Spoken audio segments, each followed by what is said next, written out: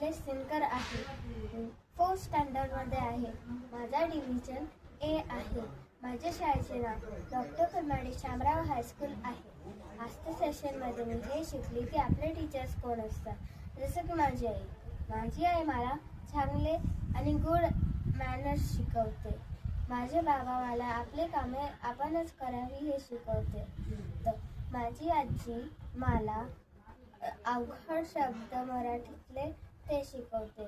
माझे आजोबा मला थोडी गीता शिकवतात. आणि माझे खूप टीचर्स आहेत जे की मला काय काय शिकवतात. आजपासून मी त्यांच्या सगळ्यांचा आदर करेन आणि त्यांना मी थँक्यू बोलेन, कारण की आज मी त्यांच्यावर खूप पुढे गेली.